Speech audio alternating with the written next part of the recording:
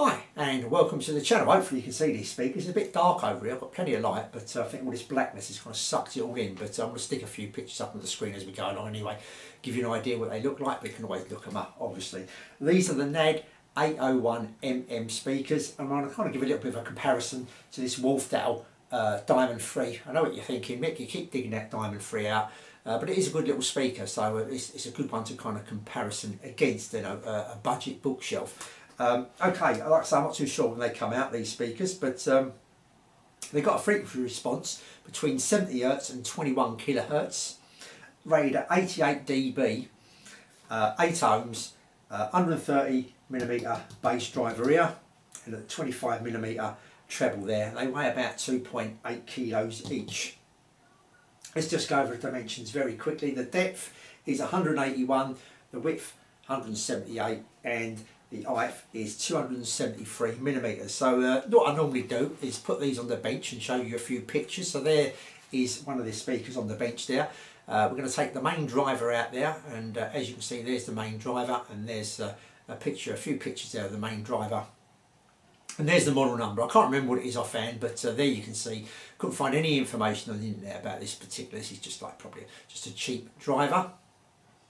So there's the tweeter, and there's in a comparison there, you know, how big the magnet is on the tweeter compared to the driver, and vice versa. So you've got an idea how big the magnet is on the main driver as well there. And there's a little close up there of the tweeter, telling you the model number again. Again, couldn't find any information about this driver here or this actual tweeter. So you know, they're probably made by NAD or imported from China or something like that. They're probably not expensive drivers. I mean, these, like I say, these only retailed for £100. They're not going to be expensive drivers, but these are probably cheap drivers, just enough to get this speaker up and running. Now, one thing I didn't show you was the actual crossover. Just before I show you that, is all the wadding. We've got plenty of wadding. There's plenty of wadding inside here. They didn't sink back by just putting a little bit of wadding. And there's the crossover. Just a very basic one capacitor, I think it is, one resistor and one coil for the crossover. As you can see, I'll just take the front off of here, maybe a bit less blackness. Looking at the video, it does look a bit black. I'll try to put that, you can see both of them there anyway, there you go. Okay, these are pretty much the same kind of size, even though this is a little bit higher, this is a little bit wider. So I should imagine volume-wise, you know, actual volume, space inside the cabinet, etc. They're pretty close to each other, I would have said. So it's not bad having that as a comparison, because they're very, very similar size. Okay, I've got these out of cash converters, and there you can see the sticker at the back. They cost me $19.99, and they've got them marked up as a surround speaker, but they're not surround speaker, they're actually main speakers. They did make them for main speakers, even though cash converters have got them up as surround. They probably thought that. They've got, I'll just show you a picture of the back again, they've got some screw holes there where someone's probably had one of these against the wall. Now these cost me, like I say, $19.99. I've got them probably, they've got them, I didn't get them any cheaper, that's how much they cost me, but they probably put them up a little bit cheaper. They've got a couple of little nicks in this speaker here, nothing too bad, you know, if you've got it face on, you're not really going to see it, but from a side on, there's a couple of little nicks in there, but other than that, that's how they are. Now these retail on eBay roughly about £30, something like that, probably going to be in slightly better condition than these, so that's what you're going to pay. So are they worth it? Compared with maybe this Wharfedale, I think you probably pick up for 50, 60, maybe £70. Now they seem to have crept up a little bit. When I bought mine they were £30, but they seem to have crept up. Some people are asking 100 now, but I think you still probably get a pair for about £50, something like that.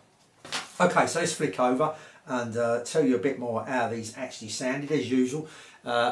Now, like I say, these were wall mounted, but I won't put these on the wall or anything like that. I put them on a pair of stands that I put these on to listen to them. These are stands that are, I think, about 22 inches high, these stands, so they're quite low considering there's a small pair of speakers, but that's how I kind of listen to them. I won't be having them up satellite, up in the air kind of thing. Probably were used to surrounds with the screw holes on the back, but not the place to put them anyway. Okay, so let's get on to how they sounded. Now, I wasn't expecting too much out of these, to be honest with you. Couldn't really find many reviews online at all, anything like that. But anyway, let's get on to the bass. The bass was quite tight, had quite a tight bass. Goes down pretty low, the bass. I mean, like I say, it said 70 Hz. I think it went down a little bit lower than that. It sounded quite punchy, quite low. Not a boomy bass, which was great. You know, it's quite a tight, not boomy in any stretch of the imagination. So that was good, because some speakers can be quite boomy, and that can be kind of like a bit of emphasis on the bass, because these are sealed units. They're not like this Wharfedale here that's got a rear port. These have got no ports at all. These are sealed units, So for the sealed units, I was quite surprised, you know, I mean, for how big they are as well. It had a reasonable amount of bass. The only review I did come across did say there weren't a lot of bass, but, you know, with a reasonable punchy amplifier and that, you're going to get a fair bit of bass out of these, you know what I mean? I don't know what amplifier they particularly use, but maybe it's one of these, like, softer ones. But on an old vintage amplifier, these give a reasonable amount of bass. All the vintage amplifiers I tried out, I was happy enough with the bass there, you know, kind of like volume-wise, or you know, punchiness and coming across. Like I say, it never got boom or anything like that. It was okay, you know, slightly one-noted, you would have said, but it's okay. It weren't bad. It weren't bad. You know, it's a little bit. It could get a little bit congested, a little bit that kind of stuff. But it was okay. It was okay. The bass, you know what I mean, not too bad. Obviously, it weren't as clear as these Diamond Threes. The bass has got more. This is just got much. It's got more clarity to this speaker. All round clarity here. More space around everything. Just finer detail in every department, that Wharfedale 3. But these are okay. I mean, like I say, these are okay, especially for the money you're going to pay. You're not going to pay a fortune for them. The mids were quite good. The trumpet, piano, sax, all that kind of stuff. The string instruments and that, they sounded okay. They sounded quite nice. You know, nothing to complain about there. Like I say, you would want a little bit more detail maybe, but they were okay for this price bracket. We're talking cheap as chips here. We're talking for next to nothing here, really. You're going to pick up these for, so they're okay. You're going to be pleased with that, I think, in that department. You're going to, you know, going to be happy enough there. One thing I would say, these are rated at 88 dB. These are rated at 86. And I actually found these to sound a little bit louder, to be honest with you. These had more of a presence in the room than these did. Yeah, a little bit, you know, more than what these are. So I'm surprised they're that way round. You know what I mean? You would have said these were the 86 and that was the 88. So they're not quite as big sounding as these, but they're still okay. They're still okay. I just thought I mentioned that. Right, okay. Let's get on to the top end. Where this was, you know, this is where it probably got let down. This speaker into the top end. It's obviously a cheap tweeter here. These are probably just cheap tweeters.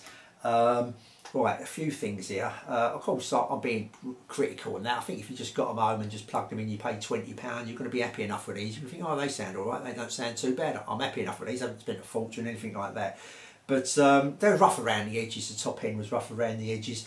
For instance, if I can kind of demonstrate, explain it a couple of ways. Well, you know, you get like a nice splash cymbal. Occasions it's sounding rather than a splash, it's all that kind of stuff. It's sounding more like a crash cymbal kind of thing on the top end. You know, it's like rather than it was just like rough around the edges. Let's put it that way. It's rough around the edges, needing more detail. Sounded a little bit metallic at times, and also sounded a bit plasticky for some reason.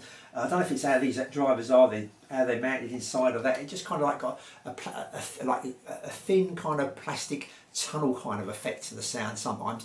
And like I say, it had like a little bit of a metallic effect. It could get a little bit, it's a bit mushy like. So yeah, it'd be a little bit fatiguing after a while. I think, you know, it's the kind of thing you could, when you put these on, you could probably think, oh, they don't sound too bad, they're all right. But over a little bit more of a period of time, you're going to start hearing that fatigue coming in and that like little bit of nastiness, little bit, not a lot, little bit of nastiness, shall we say, in the top end. Everything else I think you're going to be quite happy with. It's just going to creep in over a period of time, I think. Yeah, just give the, you know, an impression this was a cheap plasticky kind of tweeter, something like quite cheap. What else have I got here with the top end? No, that's it really. That's really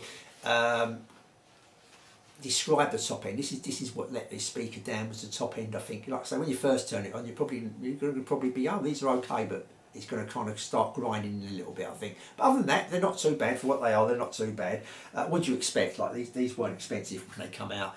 What do you expect? But you know, when you can kind of compare it to that, if you picked up these for 20, I'd rather pay the extra, and you go like 50, so you're paying double over the top kind of thing, or more maybe. But to get these, there's such a vast amount of difference between the two. This has just got much more an airy, three-dimensional sound. It's just got the clarity there.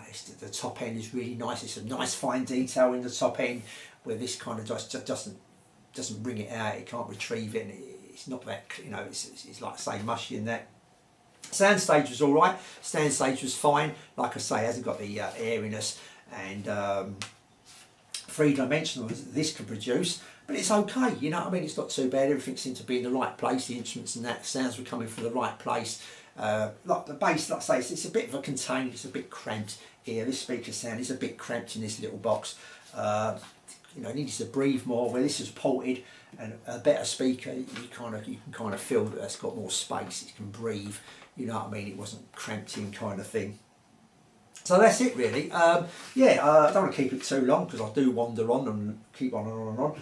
They're not too bad, you know what I mean? They're okay. Like I say, if you paid £20 for them and you didn't have these to compare them with, you're going to be quite happy with these, I think. Like I say, the only drawback would be that top end would be a little bit fatiguing. And I haven't got a tweeter to put in here because I think if you upgraded this tweeter, you're going to get a bit more out of this. Not that, you know, I don't really do the channel for you go and buy these speakers and you've got to go and upgrade something. I'm pretty much do the reviews as you would buy them now, as you would go in the shop or on eBay or something like that, and actually buy them as he is without you start spending more and looking around for a tweet, looking around for this, looking around for that, upgrading this, upgrading that. As is, you know, how would you actually go and get something as is today? How would they sound? You know, how do they sound? But like I say, I'm going to keep these for no reason, not for the reason they sound really good or anything like that, because you know, I'll definitely put these on first without a doubt. But the reason I'm going to keep them is if I come across, this tweeter don't fit as you can see, but if I come across a little tweeter when I buy some other speakers and that, or something this size that I can fit in the cabinet nicely, I may just take this out and give it a go. I'm not going to go and buy a tweeter, it's just if I come across one. So I'm just going to stick these on the side, and something I may come back to later on just to see if that tweeter is really letting this down and if you can get a little bit more out of it by changing that tweeter. But as is, if you're going to pay £20, you know, get them. But if you're going to pay anything like, don't start paying £40 or £50 from anything like that, because if you're doing that, then stay clear and get yourself a pair of these Wharfedale 3s instead. They're a much better speaker. You can get more entertaining. They're a bigger sounding speaker. They've got more clarity. They've got more air. They've got everything going, more top end. Everything sounds nice. You know what I mean? Everything sounds nice. You know, these are okay. Okay, and that's it. Until the next video, I'll say thanks for watching and I'll see you all soon.